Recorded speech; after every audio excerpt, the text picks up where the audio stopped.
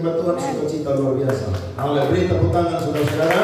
Puji Tuhan, puji Tuhan. Baik, mari kita buka Alkitab kita. Pada pagi hari ini saya akan bicara tentang kehidupan daripada seorang yang luar biasa, namanya adalah Ayub. Dan tema besar kita di bulan Agustus ini adalah sabar dalam penderitaan. Dan bagian yang pertama kita akan belajar tentang Ayub. Saya yakin saudara sudah sering kali baca firman ini, tapi ada pesan yang baru untuk kita semua dan kita bisa belajar dari persoalan atau penderitaan yang Ayub alami pada pagi hari ini. Ayub pasal 2 ayat 9 sampai ayatnya yang ke-10. Karena 2 ayat saja, maka saya dan saudara, saya persilakan kita baca bersama-sama firman Tuhan ini. 1, 2, 3. Maka berkatalah istrinya kepadanya, masih bertekunkah engkau dalam kesalehanmu? Kutukilah Allahmu dan matilah. Tetapi jawab Ayub kepadanya, engkau berbicara seperti perempuan gila. Apakah kita mau menerima yang baik dari Allah, tetapi tidak mau menerima yang buruk? Dalam kesemuanya itu, Ayub tidak berbuat dosa dengan diri. Beri tepuk tangan kepada Tuhan, saudara-saudara. Allah tidak pernah menjanjikan satu kata pun di dalam Alkitab bahwa kehidupan orang benar itu akan baik-baik saja. Kehidupan orang benar itu akan untung-untung saja, ataupun juga kehidupan orang benar itu sehat-sehat saja. Tidak pernah. Justru Alkitab berkata bahwa ketika saya dan saudara menjadi orang benar, setiap hari dan setiap waktu iman kita itu akan diuji oleh Tuhan, sehingga iman itu akan muncul sama seperti emas yang murni. Nah, saudara-saudara, ketika kita membaca Alkitab dalam kasus ini atau yang namanya dalam cerita tentang Ayub, maka kita menemukan bahwa ternyata Tuhanlah yang mengajukan tentang kepribadian daripada Ayub itu kepada iblis. Sebab Alkitab berkata ketika anak-anak Allah berjumpa dengan Allah, maka di situ muncul jugalah iblis. Maka Tuhan tanya iblis, engkau dari mana? Maka iblis berkata, aku sedang menjelajahi atau berkeliling seluruh dunia. Saudara lihat, sampai hari ini iblis masih terus berjalan keliling di seluruh dunia. Amin. Tidak heran Rasul Petrus pernah berkata dalam 1 Petrus pasal 5 ayat yang ke-8, iblis itu mengaum-ngaum seperti apa saudara? Singa. Dia akan mencari orang yang dapat diterkamnya, sehingga lawanlah dia dengan doa dan juga iman. Mari perhatikan ayat pasal 1 ayatnya yang ke-8. Saudara geser firman di sebelah, sangat berdekatan. Pasal 1 ayatnya yang ke-8. Firman Tuhan berkata, lalu bertanyalah Tuhan kepada iblis, apakah engkau memperhatikan hambaku Ayub? Sebab tiada seorang pun di bumi seperti dia, yang demikian saleh dan jujur, yang takut akan Allah dan menjauhi kejahatan. Saya sangat-sangat tertarik dan diberkati dengan satu kalimat di situ, yakni hambaku Ayub. Itu kalimat sangat penting di situ. Kenapa? Karena ketika Ayub memiliki kehidupan seorang hamba, ketika Ayub memiliki hati seorang hamba, maka dari situlah muncul hal-hal rohania yang sangat luar biasa dari kehidupannya Ayub. Sehingga Alkitab mencatat Ayub itu orangnya saleh, Ayub itu orangnya jujur, Ayub itu orang yang takut akan Allah dan menjauhi kejahatan. Selama seseorang tidak punya kehidupan sebagai seorang hamba, selama seseorang punya hati tidak seperti hati hamba, maka dia tidak akan memiliki hal-hal yang luar biasa dalam hidupnya, karena dia tidak siap dibentuk oleh Allah. Karena hanya seorang hamba sajalah yang siap untuk dibentuk oleh Allah. Ternyata saudara-saudara, ini luar biasa. Satu kali ada dua binatang yang saling bercakap-cakap. Binatang yang pertama namanya adalah babi, binatang yang kedua namanya adalah sapi. Babi bilang sama sapi begini, "Pi, Bukan papi ya, pi.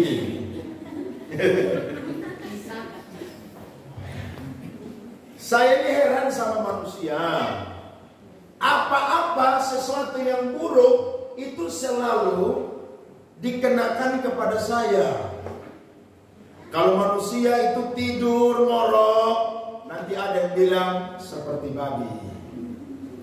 Kalau badannya besar, nanti bilang seperti babi.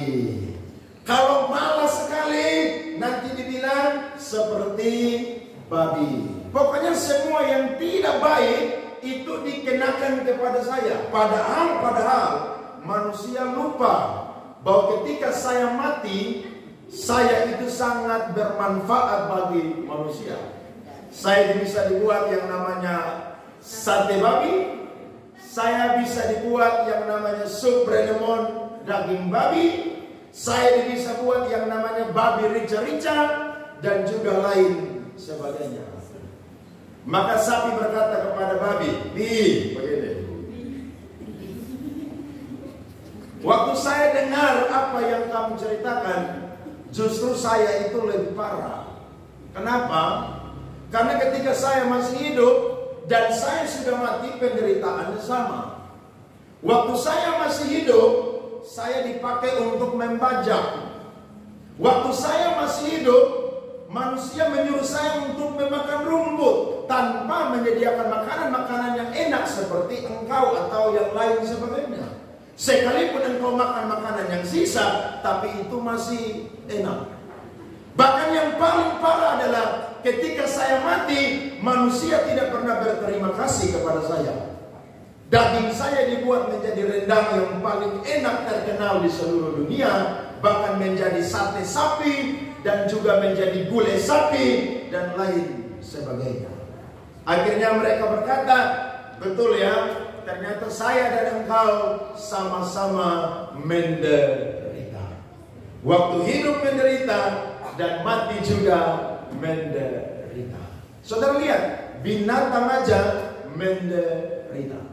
Apalagi saya dan saudara sebagai anak-anak Tuhan, saya yakin Rasul Paulus pernah berkata, hari ini semua makhluk pun juga mengeluh seperti orang yang sakit bersalin. Kenapa? Karena selama ada di dunia, saya dan saudara akan melewati musim demi musim dalam kehidupan kita. Tapi saya yakin dan percaya, ketika saya dan saudara menghadapi penderitaan, maka saya dan saudara di situ akan diuji dari mana saya dan saudara melihat penderitaan tersebut. Kalau saya dan saudara melihat penderitaan tersebut dari sisi manusia, maka saya dan saudara akan lemah. Tapi kalau saya dan saudara melihat penderitaan itu dari sisi firman Allah, maka saya percaya bahwa itu sesuatu yang baik bagi kita untuk membuat saya dan saudara semakin dimurnikan, semakin dimurnikan, semakin dimurnikan. Amin. Saudara, beri tepuk tangan kepada Tuhan. Tidak heran Ayub berkata dalam Ayub pasalnya yang ke-20, saudara, ayat 13, dia berkata, seandainya Tuhan memuji aku, apa saudara, maka aku akan muncul seperti emas. Jadi kalau Tuhan uji kita dalam hal ini, penderitaan apapun yang saya dan saudara sedang hadapi, itu tujuannya adalah untuk memurnikan iman saya dan saudara. Tapi kadang-kadang manusia ini, saudara-saudara, tidak memahami rencana Allah. Dan Alkitab mencatat, ternyata Ayub bukan cuma diuji satu kali, tapi Ayub diuji sebanyak 2 kali. Yang pertama, hartanya hilang, hamba-hambanya hilang. Yang kedua, saudara-saudara, anak-anaknya meninggal semua. Dan yang ketiga adalah, saudara-saudara, dia itu kehilangan kesehatannya, yakni dia mengalami sakit-sakit yang sangat menderita. Tapi lewat penderitaan daripada Ayub, justru kita akan belajar pada pagi hari ini. Ternyata waktu Ayub menderita, di situ kita bisa lihat bahwa ada satu karakter yang muncul dari kehidupannya Ayub, yakni Ayub adalah orang yang sabar. Tidak heran istrinya tadi berkata, kutukilah Allahmu dan matilah. Tapi justru Ayub membantah apa yang disampaikan oleh istrinya. Dia berkata, apakah engkau hanya mau menerima yang baik saja daripada Allah, sedangkan yang tidak baik engkau tidak mau menerimanya? Dan Alkitab berkata, dalam kesemuanya itu Ayub tidak berbuat dosa. Berapa banyak orang yang hadir di ruangan ini yang sedang sabar menghadapi penderitaan? Ada? Penderitaan kita beda-beda. Ada yang menderita karena pergumulan keluarga, ada yang menderita karena pergumulan masa depan pekerjaan, ada yang menderita karena proses dalam kehidupan atau iman saya dan saudara. Apapun itu penderitaan kita, saya mau berkata, disitulah akan muncul satu karakter yang namanya saya dan saudara menjadi orang yang sabar. Amsal berkata, orang yang sabar itu melebihi pahlawan yang merebut kota. Amin. Nah, kadang-kadang saudara, kita ini menjadi orang yang tidak sabar. Tapi pada pagi hari ini kita akan belajar 3 hal. Apa yang membuat Ayub itu, saudara-saudara, menjadi seorang yang bukan hanya saleh, takut akan Tuhan, jujur, menjauhi kejahatan. Dia adalah orang yang juga sabar. Yang pertama, Ayub menjadi sabar, saudara-saudara, dalam penderitaannya. Karena Ayub tahu bahwa bukan iblis yang menguji dia, tetapi Tuhanlah yang menguji dia. Perhatikan pasal 1 ayat 11 sampai 12. Ayub pasal 1 ayat 11 sampai 12. Tetapi ulurkanlah tanganmu dan jamahlah segala yang dipunyainya. Ia pasti mengutuki engkau di hadapanmu. Maka firman Tuhan kepada iblis, nah, segala yang dipunyainya ada dalam kuasamu, hanya janganlah engkau mengulurkan tanganmu terhadap dirinya. Kemudian pergilah iblis dari hadapan Tuhan. Saudara perhatikan ayat 11 tadi, iblis bilang apa? Tetapi ulurkanlah tangan siapa? Tangan Tuhan. Dan apa? Jamahlah segala yang dipunyainya. Saudara lihat, ternyata bukan iblislah yang menguji Ayub, tapi Tuhanlah yang menguji Ayub. Kalau iblis yang mencobai atau menguji kita, tujuannya adalah merendahkan kita dan menghancurkan kita. Tapi kalau Allah yang menguji kita adalah meninggikan kita dan memberkati kita. Tapi apakah saudara-saudara, istri Ayub memahami hal ini, saudara? Ternyata istri Ayub itu tidak memahami hal ini. Istri Ayub boleh hidup berdampingan dengan Ayub, tapi ternyata dia tidak punya hubungan yang dekat dengan Tuhan. Sehingga ketika dia menghadapi pergumulan penderitaan dalam keluarganya, maka dia berkata kepada Ayub, kutukilah Allahmu dan matilah. Ada berapa banyak orang yang ketika dalam pergumulan, saudara tidak mendapatkan jawaban, mujizat, pertolongan, pemulihan daripada Tuhan dengan segera, maka saudara mendengarkan bisikan-bisikan dari iblis lewat orang-orang di samping saudara. Ada yang berkata begini, ngapain kamu pergi gereja terus? Gak usah ke gereja, gak ada pertolongan. Ngapain kamu pelayanan sibuk terus di gereja? Percuma kamu pelayanan, tidak ada pertolongan dari Tuhan. Buktinya, kita iring Tuhan, kita cinta Tuhan. Justru keadaan kita tidak lebih baik daripada orang-orang dunia. Saya mau berkata, perkataan-perkataan tersebut adalah perkataan-perkataan dari iblis yang mau melemahkan iman dan semangat saya dan saudara. Sebab pekerjaan dari iblis apa? Mencuri, membunuh, dan apa saudara? Membinasakan. Istri Ayub tidak tahan. Itu sebabnya kalau saya dan saudara mau lihat bagaimana ketekunan orang, kesabaran orang ketika dia mengiring Tuhan, jangan lihat dia ketika dalam keadaan happy-happy, senang-senang, sehat-sehat, uang yang cukup, uang yang banyak. Jangan lihat itu. Tadi kita nyanyi pujian firman, sekalipun dagingku dan hatiku habis lenyap. Apalagi saudara, gunung batuku. Tapi Allah itu tetap jadi bagian kita. Amin, saudara. Nah, kadang-kadang kita ini tidak memahami. Padahal saya mau bilang kepada kita, kalau Tuhan yang menguji kita, maka saya yakin orang benar tidak akan pernah berkata-kata yang jahat kepada Tuhan. Orang benar akan berkata bahwa Tuhan, saya mengalami ujian penderitaan ini, tapi saya yakin Allah tidak akan meninggalkan saya. Buktinya, saudara lihat Ayub 42 ayat yang ke-7. Ayub 42 ayat yang ke-7. Alkitab berkata, setelah Tuhan mengucapkan firman itu kepada Ayub, maka firman Tuhan kepada Elifas, orang Teman, murkaku, apa saudara-saudara? Menyala terhadap engkau dan terhadap kedua sahabatmu, karena kamu tidak berkata benar tentang aku seperti hambaku Ayub. Penafsir Alkitab sepakat bahwa Ayub mengalami sakit yang sangat parah, saudara, dan bukan 1-2 hari, tapi 10 tahun Ayub mengalami penderitaan lewat sakit penyakitnya. Tapi selama 10 tahun Ayub tidak pernah berkata yang jahat kepada Allah. Apakah Ayub tidak pernah mengeluh? Alkitab mencatat Ayub selalu mengeluh. Lihat pasal 3. Saudara lihat pasal 3 ayat yang ke-11 sampai ayat yang ke-13. Perhatikan firman Tuhan itu. Ayub pasal 3 ayat 11 sampai 13. Mengapa aku tidak mati waktu aku lahir, atau binasa waktu aku keluar dari kandungan? Mengapa pangkuan menerima aku?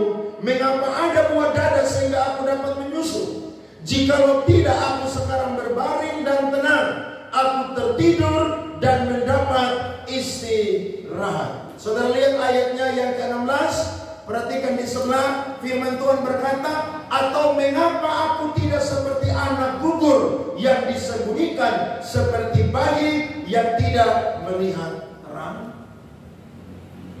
Ayub mengeluh, dan mengeluh itu saudara manusiawi.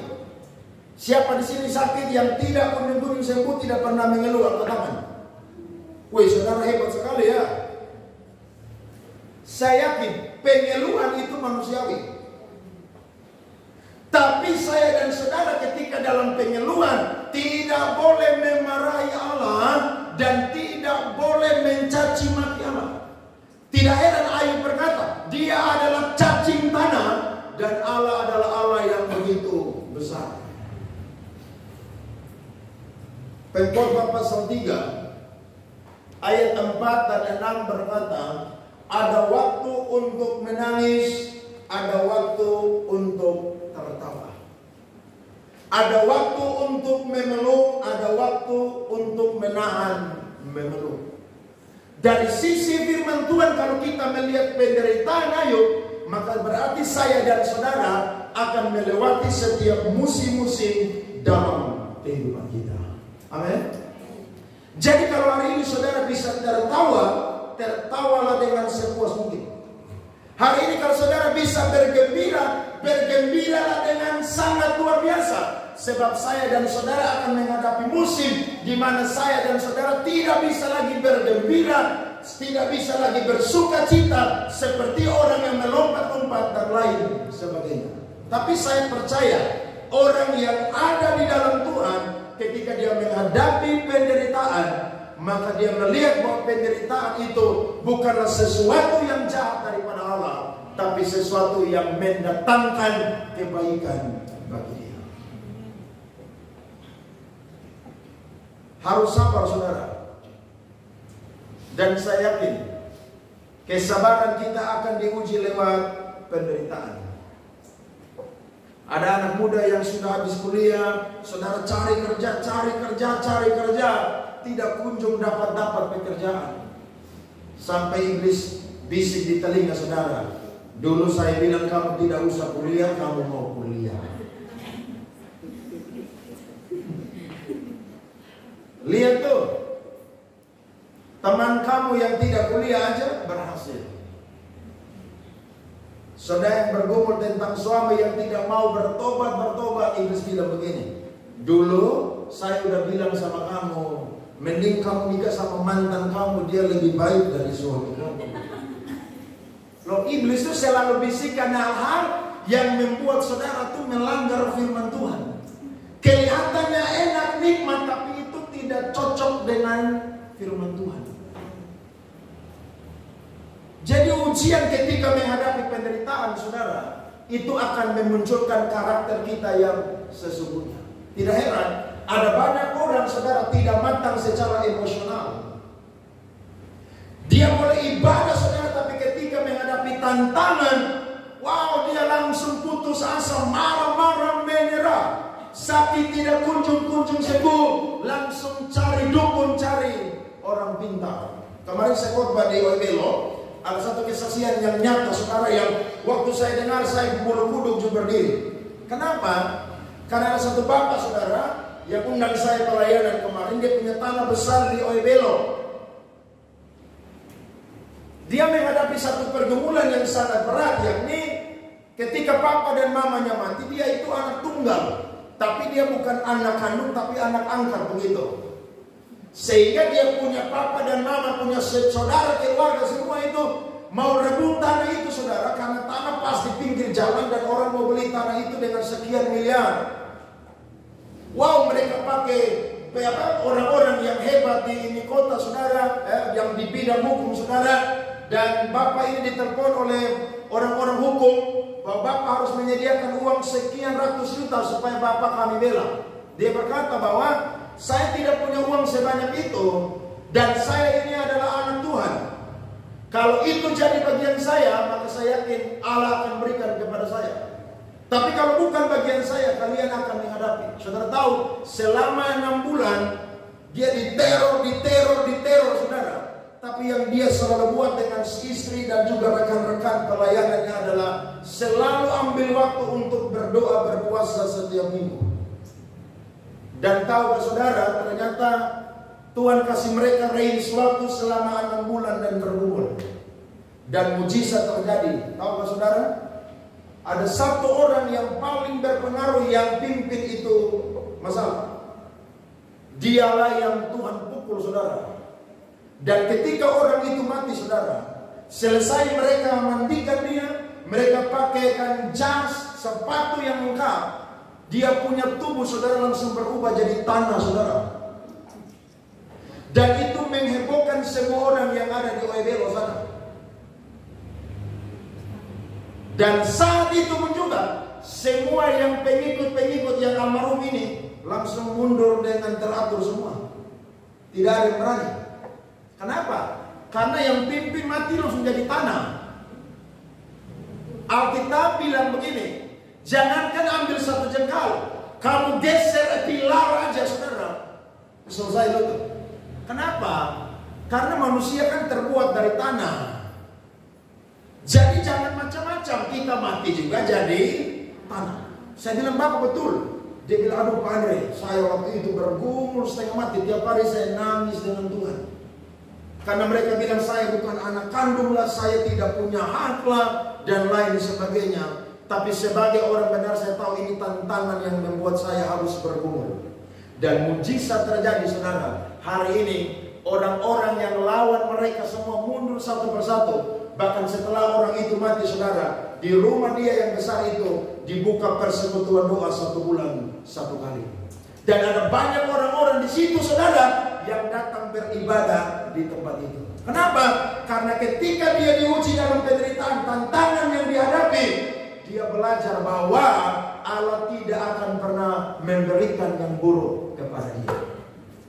Allah selalu memberikan yang terbaik bagi orang yang benar. Coba saudara buka Ayub 36 ayat yang ke-7.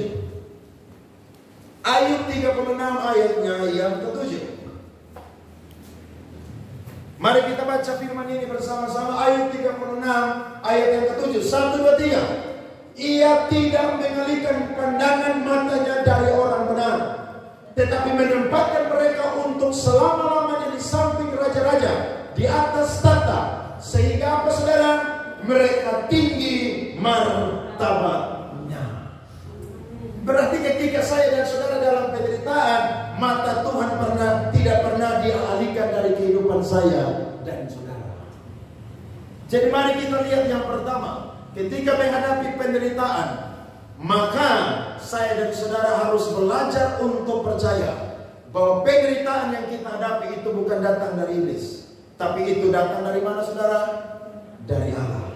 Berarti kalau dari Allah, maka saya dan saudara tidak boleh marah kepada Allah, tidak boleh protes kepada Allah, tapi mari kita belajar untuk percaya bahwa Allah merancangkan yang terbaik bagi kita.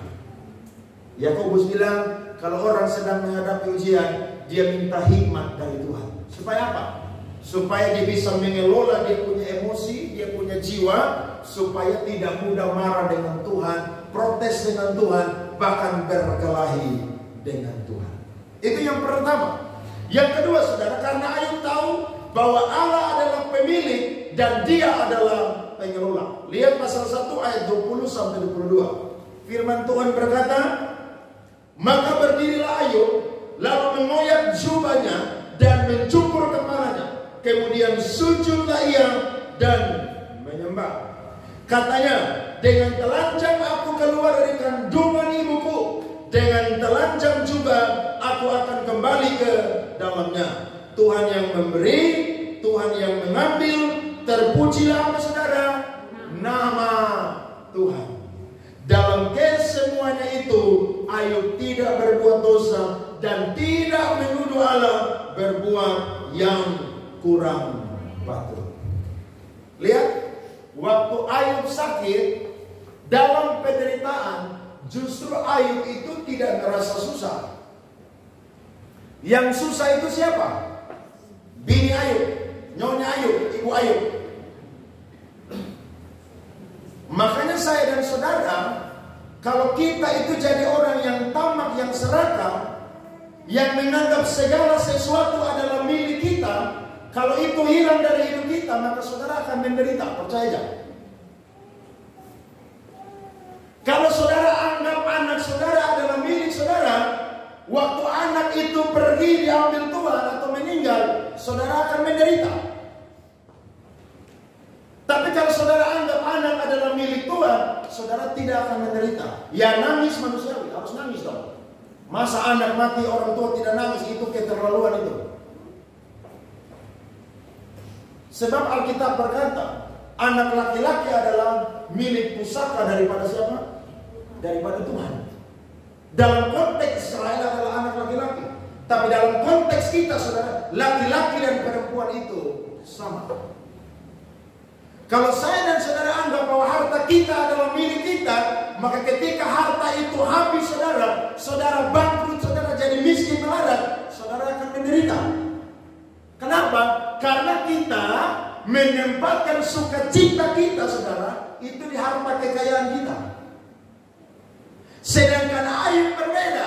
Ayub punya anak, saudara, 10 orang. Ayub punya harta kekayaan yang sangat banyak, yang jumlahnya 11.000, saudara. Ayub punya hamba-hamba yang setia. Ayub orang yang makan minum sehat setiap hari. Tapi ketika saudara dia kehilangan semuanya, dia berkata, dia datang dengan telanjang, pulang juga dengan apa, saudara? Telanjang. Berarti apa yang menjadi milik Ayub atau milik kita? Tidak ada. Amin. Jangankan harta kekayaan, gigi kita aja bukan milik kita. Rambut kita aja bukan milik kita.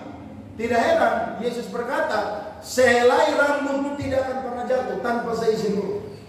Bayangkan, rambut aja, saudara, itu Tuhan hitung dan perhatikan. Kemarin pagi saya bangun jam 4 mau doa pagi, tapi masih terlalu subuh jadi belum doa. Saya coba ke belakang, saya lihat bintang di langit, saya coba hitung. Wih, capek, saudara.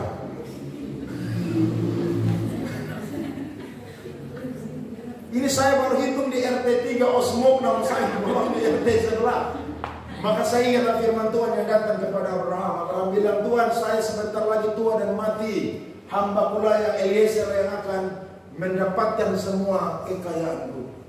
Tuhan ajak Abraham keluar, dia bilang, kamu pandang bintang ada di langit. Keturunanmu akan sama seperti bintang di langit dan pasir yang ada di laut. Saya bilang, betul ya, kalau memang Tuhan yang bekerja itu saudara, itu luar biasa. Istrinya Ayub menderita karena anak hilang. Betul kan, memang perempuan yang mengandung. Perempuan kan yang capek. Harta kekayaan yang 11.000 itu hewan saudara, hilang dalam satu hari. Ayub yang sehat, yang makan minum 4 sehat 5 sempurna, yang mungkin lulur juga tiap hari saudara, hari itu berubah menjadi orang yang sangat penyakitan. Dan dia punya tempat bukan dalam rumah yang ber-AC, tapi dia punya tempat adalah di samping Abu Raqqa saudara. Tiap hari dia garuk, dia punya badan pakai apa? Beling saudara. Menderita saudara, menderita. Tapi apakah Ayub merasa susah dengan kehilangan itu semuanya? Justru Ayub berkata, Tuhan yang memberi, Tuhan juga yang apa? Mengambilnya. Berarti rahasia sukacita dan hidup bahagia bukan karena saya dan saudara punya harta kekayaan yang banyak saudara. Tapi rahasia kebahagiaan adalah waktu saya dan saudara menganggap segala sesuatu itu bukan milik kita, tapi saya dan saudara hanyalah pengelola. Amin. Kalau saudara rasa bahwa saudara cuma pengelola, waktu itu diambil dari hidup saudara, saudara akan berkata, saya yakin Tuhan akan ganti dengan yang terbaik. Tuhan suruh Abraham persembahkan Ishak. Apakah Abraham lawan? Tidak. Abraham pagi-pagi berangkat ke salah satu gunung yang ada di Tanah Moria. Bukan Abraham main-main. Ishak tanya, kayu api sudah ada, pisau sudah ada, di manakah korban itu? Maka Abraham langsung tempatkan Ishak di atas mezbah itu saudara, dan dia ambil pisau dan mau sembelih Ishak. Tapi berserulah Allah dari langit, Abraham, Abraham, atau Abraham, Abraham, hari ini aku tahu bahwa engkau adalah orang yang takut akan Tuhan. Saudara lihat, Abraham tunggu Ishak 25 tahun, bukan waktu yang singkat. Tapi waktu Allah menguji Abraham dengan meminta Ishak, apakah Abraham tahan saudara? Tidak. Justru yang ada, Abraham rela mempersembahkan Ishak. Jadi kalau saya dan saudara besok-besok ada yang orang kaya di sini jadi miskin melarat, jangan berkata seperti istrinya Ayub. Amin. Jangan. Kalau ada saudara-saudara yang mungkin di PHK dalam pekerjaan, jangan ada yang berkata seperti istrinya Ayub. Jangan. Karena saya dan saudara cuma dititipkan berkat dari Tuhan saja. Amin. Saudara tahu titipan? Yang namanya titipan itu cuma sementara. Saya kenal dengan banyak orang yang suka bantu KPC sampai hari ini, orang-orang kaya. Bahkan kemarin kita punya dana yang 50 juta, saya telepon salah satu orang, tolong dong, saya mau beli tanah nih kurang sekian juta. Dia bilang, Pak Andre, nanti yang sisanya saya yang akan tutupi itu biaya semua. Jadi kalau orang itu berani jual tanah 100 juta, siang ini juga langsung bayar 100 juta. Uang sudah ada. Makanya saya tanya saudara-saudara, percaya Tuhan sanggup menyediakan berkat bagi KPC? Saya telepon orang aja, bantu dong, saya mau beli tanah. Berapa Pak Andre? Saya kurang di sekian nih. Oke, saya siap uang untuk membantu. Jadi uang sudah ada 100 juta. Tinggal ditransfer langsung bayar. Dia bilang sama saya, Pak Andre, saya punya harta kekayaan, bahkan anak-anak saya saja, saya anggap itu titipan daripada Tuhan. Tuhan mau buat apa tentang mereka, dan semua yang saya punya terserahnya Tuhan. Paling enak saya dan saudara tuh punya kata terserah dalam hidup. Makanya ada satu pujian bilang apa? Suka-sukanya Tuhan, suka-sukanya Tuhan. Saudara bisa ada di posisi ini? Weh, kadang-kadang susah loh, berat loh. Apalagi saudara baru kredit mobil, mobil baru lunas. Tuhan bilang, jual mobil itu, kasih uang semuanya di KPC karena KPC mau bangun gereja. Bisa? Loh, makanya saya bilang, saya dan saudara kalau punya yang namanya karunia memiliki, saudara akan tahan. Tapi kalau saudara punya yang namanya karunia pengelola, Tuhan minta apa aja, kasih.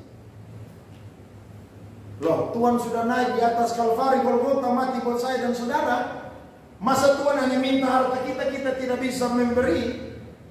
Kemarin kami ikut seminar di hari Senin di gedung BPD, rektor saya yang datang. Dia ada bangun satu gedung namanya Batranu di Bandung. Itu saudara kurang lebih 1 triliun itu bangun. Dia ikut dengan satu Batranu yang ada di Kentucky, Amerika Serikat. Waktu dia bangun gedung itu, kesaksian, semua pendeta saudara tepuk tangan, bulu kuduk berdiri. Karena setiap bulan dia harus bayar 5 miliar. Setiap bulan 5 miliar. Makanya waktu habis KKR saya bilang, Pak doakan saya. Dia bilang, bagaimana Andre? Saya doakan apa? Pak, saya juga dapat tanah tapi uang kurang Pak. Dia bilang, dalam nama Yesus Tuhan, tolong Andre. Habis doa dikeluarkan uang di amplop salam tempel buat saya. Pendeta besar, ketua sinode, rendah hati. Waktu dia mau bikin proyek itu saudara, dia harus bayar 20 miliar. Uang tidak ada. Dia tanya bendahara, uang gereja cuma 200 juta. Makanya saya mau bilang, tidak ada satu hamba Tuhan pun yang bangun gereja itu dengan keuangan yang kuat, tidak ada. Semua dengan uang yang tidak ada dan pas-pas. Tapi namanya pekerjaan Tuhan selalu dimulai dengan yang namanya iman. Sebentar lagi bayar 20 miliar, uang tidak ada. Maka dia kumpul anak-anaknya dan juga anak mantunya. Anak yang pertamanya doktor teologi, yang kedua MTH, yang ketiga MTH. Dia bilang kepada mereka semua, soal model begini tidak dapat di sekolah teologi. Soal model begini dapat yang namanya sekolah kehidupan dan sekolah iman. Mari kita berdoa, Tuhan kirim uang 20 miliar. Mereka doa saudara. Lewat 4 hari, ada satu jemaatnya yang kaya. Dia telepon, Pak, apakah butuh uang untuk pembangunan itu? Dia berkata, ya benar, sangat butuh uang. Nah, kalau orang telepon tanya, saudara butuh uang atau butuh sesuatu, langsung bilang, ya saya butuh, langsung itu. Karena itu Tuhan lagi suruh dia itu untuk telepon saudara itu, jangan lama-lama. Langsung sambut dengan bilang, iya betul. Maka dia berkata kepada rektor saya, Pak bisa ke rumah saya? Maka dia pergi saudara. Waktu pergi saudara, dia bilang, Pak, saya tidak punya uang, tapi saya cuma punya emas 12 kg. Pak bisa bawa? Silakan jual. Maka rektor saya pegang di tangan kanan 7 kilo, di tangan kiri 5 kilo. Bawa ke bank dan dijual saudara, jumlahnya 12 miliar.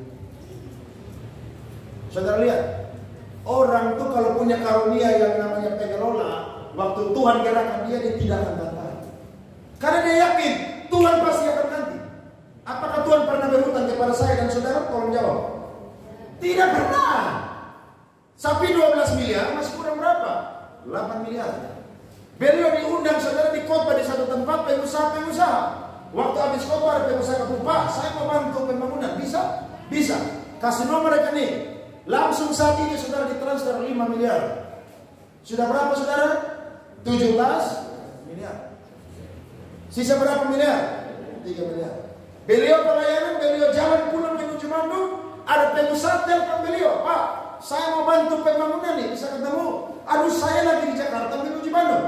Oke, kebetulan saya dari Bandung juga mau menuju Jakarta. Ya sudah, kita ketemu di rest area di jalan tol. Mereka ketemu di situ saudara, dan dia berkata, Pak, saya ini lagi bawa uang, tapi tiba-tiba Tuhan tahu di hati saya untuk memberi kepada gereja karena mau membangun. Maka dia suruh supirnya angkat uang di koper yang besar saudara, yang 40 kilo itu koper kalau muat barang. Langsung dipindahkan di mobil daripada beliau. Beliau tidak tahu jumlahnya berapa, tapi waktu sampai Bandung dia dan sopirnya ke bank untuk hitung. Saudara tahu jumlahnya berapa? 3 miliar. Tepuk tangan dong. Belum sampai 2 minggu 20 miliar Tuhan sudah sediakan. Lewat siapa Tuhan sediakan saudara? Orang kaya. Lewat siapa Tuhan sediakan berkat untuk bangun gereja di tempat ini? Lewat saya dan saudara, dan juga siapa? Orang kaya. Amin. Harus begitu. Jangan punya karunia tuh pemiliki, jangan. Pengelola. Waktu saudara beri di tangan saudara dan saudara pun tangan kosong, percaya Tuhan akan ganti dan isi di tangan saya dan saudara. Tuhan tidak pernah berhutang, saudara-saudara. Itulah yang dipercaya oleh Ayub. Ketika dia diuji oleh Tuhan dalam penderitaan, semuanya hilang. Dia berkata, Allah yang memberi, Allah juga yang mengambilnya. Datang dengan telanjang, pulang dengan apa, saudara? Telanjang. Lihat ayat 41, ayat yang kedua. Ayat 41 ayat yang kedua. Mari baca sama-sama.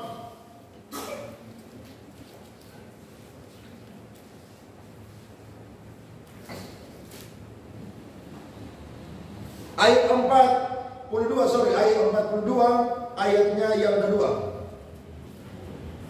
Ayat yang pertama, maka jawab Ayub kepada Tuhan. 1, 2, 3 kita baca. Maka aku tahu bahwa engkau sanggup melakukan segala sesuatu, dan tidak ada rencanamu yang apa, saudara? Gagal. Bisa, saudara? Kalau saudara tidak bisa, ingat, Tuhan tidak akan memberi kepada saudara juga. Karena apa yang ada di tangan saudara yang Tuhan minta, kalau saudara tahan, Tuhan tidak akan ganti dengan yang baru dan yang lebih terbaik. Tapi kalau saudara rela untuk melepaskan, percaya, Tuhan akan ganti dengan yang lebih terbaik. Ingat Samuel? Dia punya mama berdoa, kalau Tuhan sampai berikan kepada saya anak laki-laki, saya akan persembahkan dia kepada Tuhan. Dia persembahkan kepada Tuhan. Apakah Tuhan berhutang, saudara? Tidak. Justru Tuhan ganti dengan berapa orang anak lagi? 5 orang anak. 3 laki-laki dan 2 perempuan. Mari saudara, punya karunia yang namanya pengelola, bukan pemilik. Bisa? Kalau saudara berani bilang bisa, kalau Tuhan perintahkan saudara, jangan pernah yang namanya bantah-bantah dengan Tuhan. Seperti saya khotbah minggu lalu atau 2 minggu lalu. Hamba Tuhan dengar suara Tuhan, suruh belikan itu pendeta di desa satu mobil. Makanya ada banyak orang suka dengar suara Tuhan tapi tidak mau lakukan suara Tuhan. Hati-hati. Saudara jangan suka dengar suara Tuhan tapi tidak mau lakukan suara Tuhan. Kalau dengar suara Tuhan harus apa, saudara? Lakukan suaranya Tuhan. Waktu saudara mengembalikan kepada Allah, disitulah Allah akan menggantikannya. Nanti kita lihat berkat yang di belakang yang Tuhan sediakan. Yang ketiga, mengapa Ayub itu bisa sabar menghadapi penderitaan? Karena Ayub tahu bahwa Allah berdaulat melakukan apapun. Ayat 10 tadi kita baca, firman Tuhan bilang apa? Tetapi jawab Ayub kepadanya, engkau berbicara seperti perempuan gila. Dalam kesemuanya itu, Ayub tidak berbuat dosa dengan apa? Bibirnya. Allah kalau tidak berdaulat, maka dia bukanlah Allah. Saudara tahu berdaulat? Berdaulat itu artinya Tuhan bebas melakukan apapun juga. Iblis ketemu dengan Allah. Allah bilang kepada Iblis, sudahkah engkau memperhatikan hamba Ayub? Jadi Tuhan ini yang promosikan Ayub di hadapan siapa? Iblis. Bayangkan aja, saking ini orang begitu suci, saudara, Tuhan yang promosikan Ayub di hadapan Iblis. Maka Iblis bilang begini, bukankah engkau yang memagari dia? Saudara bisa lihat, Iblis aja tahu bahwa Ayub dan kehidupan sekeluarga, bahkan semua bisnis usahanya itu dipelihara, dibentengi oleh Tuhan. Jadi memang Tuhan itu kalau mau melakukan sesuatu suka-sukanya Tuhan. Saya dan saudara lagi duduk diam-diam, tiba-tiba dapat masalah, persoalan. Lagi duduk diam-diam. Saya dan saudara lagi enak-enak menjalani hidup, tiba-tiba saudara sakit divonis satu penyakit yang berbahaya. Tapi itulah kedaulatan Allah, saudara. Kalau Allah berdaulat, maka dia bebas melakukan apapun juga. Sama seperti kasusnya Marta dan Maria. Waktu mereka punya saudara laki-laki itu mati, Tuhan Yesus sengaja menunda untuk datang menyembuhkan siapa? Lazarus. Kenapa Tuhan sengaja menunda? Karena Tuhan tidak mau menyembuhkan Lazarus.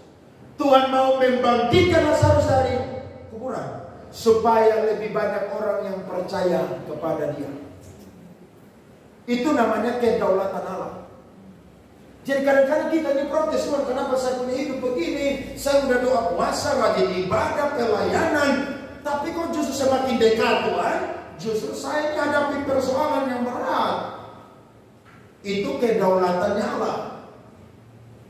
Jadi tidak ada satu orang pun yang bisa memprotes kedaulatannya Allah. Bahkan waktu Yakub dengan Esau lahir saja, Tuhan sudah bilang bahwa yang kakak akan menjadi hamba daripada yang adik. Apakah Allah tidak adil? Tidak dong. Allah sangat apa? Adil. Ayo percaya bahwa penderitaan yang dialami itu karena Allah adalah Allah yang berdaulat. Jadi kalau besok-besok kehidupan kita menghadapi kesukaran tanpa saudara yang bikin masalah, berarti saudara ambil kesimpulan, itu datang dari siapa? Tuhan. Kalau saudara pencuri orang pemangga, itu bukan datang dari Tuhan. Kalau saudara lagi kerja-kerja di kantor, makan uang nasabah, itu bukan dari Tuhan. Wih, saya baca berita, nonton televisi, judi online gila-gilaan. Saya kemarin ditelepon diminta khotbah di satu tempat karena orang itu pengusaha yang kaya di Kota Kupang, tapi anak perempuannya bercerai dengan suaminya karena judi online. Saudara tahu, dia main uang, saudara 3 miliar main judi online. Ribut sama suami, cerai sekarang. Mereka telepon saya, Pak Andre bisa khotbah. Saya bilang kapan waktunya? Minggu depan tanggal sekian hari. Oke, bisa. Saya akan khotbah. Mereka titip pesan, Pak Andre, tolong khotbah dan singgung ini judi online. Saya bilang siap. Kemarin kita ikut seminar yang saya rektor datang tuh. Indonesia menjadi negara nomor 1 yang melakukan judi online. Nomor 1. Jumlahnya 212.000 manusia yang ada di Indonesia yang main judi online. Dan rata-rata yang main adalah anak 17 tahun ke bawah. Waktu mereka ke sekolah dapat uang jajan, mereka top up, saudara, main judi online. Saudara lihat kejahatan mengerikan. Waktu main pertama, iblis kasih untung. Loh iya kan? Orang main judi kan begitu. Tidak ada orang main judi depan dia rugi, untung pasti. Akhirnya ketagihan terus. Bahkan ada pejabat bank di NTT kemarin ditangkap karena makan uang 2,2 miliar main judi online. Masih muda, 37 tahun, pejabat kepala pemimpin salah satu bank. Gara-gara apa? Judi online. Itu bukan ujian dari Allah, tapi dari iblis. Dan memang iblis mau menghancurkan orang-orang yang tidak dekat dengan Tuhan. Tapi kalau orang yang dekat dengan Tuhan, ketika ujian datang, saya yakin itu bukan merendahkan dia, bukan menghancurkan dia, tapi meninggikan dia dan memberkati dia. Amin. Saudara, beri tepuk tangan kepada kita. Akhirnya upah dari kesabaran Ayub ini, saudara, mendatangkan berkat bagi hidupnya, bahkan juga keluarganya, bahkan juga usahanya. Perhatikan ayat terakhir, Ayub 42 ayat 10, ayat 12 sampai ayatnya yang ke-16. Mari kita baca firman ini bersama-sama. Ayub 42 ayat 10, lompat ayat 12 sampai ayatnya yang ke-16. 1, 2, 3. Lalu Tuhan memulihkan keadaan Ayub setelah ia meminta doa untuk sahabat-sahabatnya. Dan Tuhan memberikan kepada Ayub 2 kali lipat dari segala kepunyaannya dulu. Stop sampai situ. Ayub punya hewan jumlahnya 11.000. Tapi waktu dia dipulihkan oleh Tuhan, Tuhan lipat gandakan jadi 2 kali, yakni 22.000. Itu yang saya bilang tadi. Kalau saudara berani tahan apa yang Tuhan minta, saudara tidak akan mengalami berlipat gandaan dalam kehidupan. Tapi kalau saudara rela kehilangan, apalagi kalau Tuhan minta saudara kasih, Tuhan tidak akan pernah berhutang kepada saya dan saudara. Amin. Saya tambah cerita satu lagi. Saya punya rektor kemarin cerita. Dia makan di satu restoran habis pelayanan. Orang kaya aja. Waktu mau bayar saudara, ternyata orang kaya itu tidak punya kartu kredit itu. Maka istrinya berkata, sudah Pak, saya yang bayar aja. Maka pengusaha dan istri berkata, aduh Ma, tidak enak. Masa pendeta udah khotbah capek-capek, udah doakan kita, masa bayarin kita lagi? Maka dia bilang, tidak apa-apa, kebetulan kami punya kartu kredit itu. Mereka makan 1 juta lah sekian. Akhirnya pengusaha bilang begini, Pak pendeta, nanti saya ganti ya. Nah kalau orang bilang ganti saudara, berarti saudara siap-siap. Dia bilang, oh tidak usah, sekali-sekali ya pendeta traktir pengusaha lah. Masa pendeta mau terus ditraktir pengusaha? Mereka berpisah pulang. Orang ini main telepon terus minta nomor gini.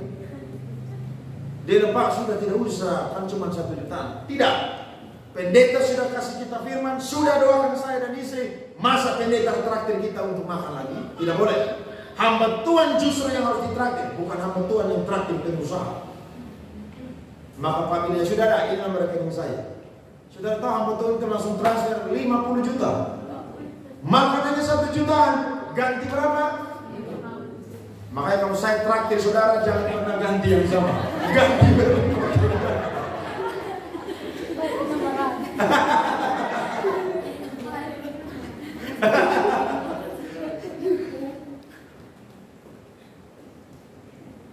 Bulan Oktober ada sidang di Bandung dan saya diajak untuk ikut. Tapi saya berdoa, gereja mau bangun jadi saya tidak bisa terlalu keluar pakai uang gereja. Kalau ada uang pribadi saya akan ikut. Diajak Pak Rubin untuk ke Bandung. Maka tiba-tiba langkah beberapa minggu lagi orang ini, Pak, saya mau berkati lagi nih. Waduh, udah kasih 50 juta Pak, berkati apa lagi? Saya mau kirim ya. Maka beliau berkata, Pak, gak usah kasih saya. Sumbang gereja aja, gereja lagi bangun butuh uang banyak. Maka tahu saudara, dia langsung transfer 500 juta. Dari 1 jutaan ganti 50 juta, ganti berapa? 500 juta. Makanya kalau saudara makan di tempat di mana keluar duluan, bayarin orang itu. Nanti Tuhan akan ganti berlipat kali ganda. Amin. Jangan saudara duduk situ tunggu sampai orang itu pulang duluan. Terakhir dia masih 4 jam di situ. Maka saudara akan besar duluan makan di situ. Bayarin aja, amin saudara. Bayarin. Saya yakin keluar saudara akan diganti oleh Tuhan. Ayub kehilangan harta benda 11.000 hewan. Tuhan ganti berapa? 22.000. Ayat 12. Tuhan memberkati Ayub dalam hidupnya yang selanjutnya lebih daripada dalam hidupnya apa? Yang dahulu.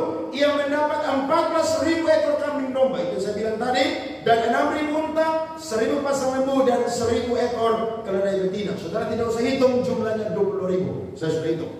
Ia juga mendapat 7 orang anak laki-laki dan 3 orang anak apa? Dia kehilangan 10 orang, Tuhan ganti 10 orang. Bahkan yang lebih luar biasa firman Tuhan bilang apa? Ayat 15. Ayat 14. Dan anak perempuan yang pertama diberi nama Yemima, yang kedua Kesia, dan yang ketiga Kerenapu. Ayat 15 baca sama-sama. Di seluruh negeri tidak terdapat perempuan yang secantik anak-anak Ayub, dan mereka diberikan ayah yang milik pusaka di tengah-tengah saudara-saudaranya, laki-laki. Lihat tuh, Tuhan bukan cuma ganti yang biasa, Tuhan ganti yang terbaik. Anak yang paling cantik di negeri itu. Berarti dapat disimpulkan, sebelumnya anak-anaknya Ayub itu cantik, tapi lebih cantik ketika Tuhan ganti yang Yemima, Kesia, dan Kerenapu. Berarti kalau Tuhan ganti itu selalu lebih terbaik. Amin. Lebih terbaik. Dan ayat 16 mari kita baca terakhir. Sesudah itu Ayub masih hidup 140 tahun lamanya. Ia melihat anak-anaknya dan cucu-cucunya sampai keturunan berapa sekarang? Yang keempat. Ayat 10 firman Tuhan tadi, ayat 9 tadi firman Tuhan bilang apa? Kutukilah Allahmu dan apa? Matilah. Istrinya Ayub suruh Ayub mati. Tapi justru Tuhan bilang Ayub tidak akan mati. Justru Ayub akan panjang umur. dan dia akan menjadi kesaksian bagi banyak orang. Bahkan dia lihat cucu-cucunya sampai keturunan yang keempat. Amin. Dan yang menjadi kabar baik bagi kita adalah dari ayat yang kita baca tadi, istri Ayub tidak disebutkan. Yang disebutkan cuma harta bendanya, anak-anaknya, dan kesehatan daripada Ayub. Berarti saudara, orang yang suka bertengkar dengan Tuhan ketika menghadapi ujian penderitaan, dia tidak akan diperhitungkan dan diberkati oleh Tuhan. Tapi orang yang setia, sabar dalam penderitaan ketika Tuhan uji, dialah yang akan dimuliakan oleh Tuhan. Amin. Saudara mau diberkati seperti Ayub? Coba yang mau angkat tangan. Berarti Tuhan dan malaikat catat saudara punya nama dan tangan-tangan yang terangkat. Saudara siap-siap menghadapi ujian yang namanya penderitaan. Belajar sabar seperti Ayub, karena waktu Tuhan selalu yang terbaik bagi saya dan saudara. Beri tepuk tangan Tuhan. Amin.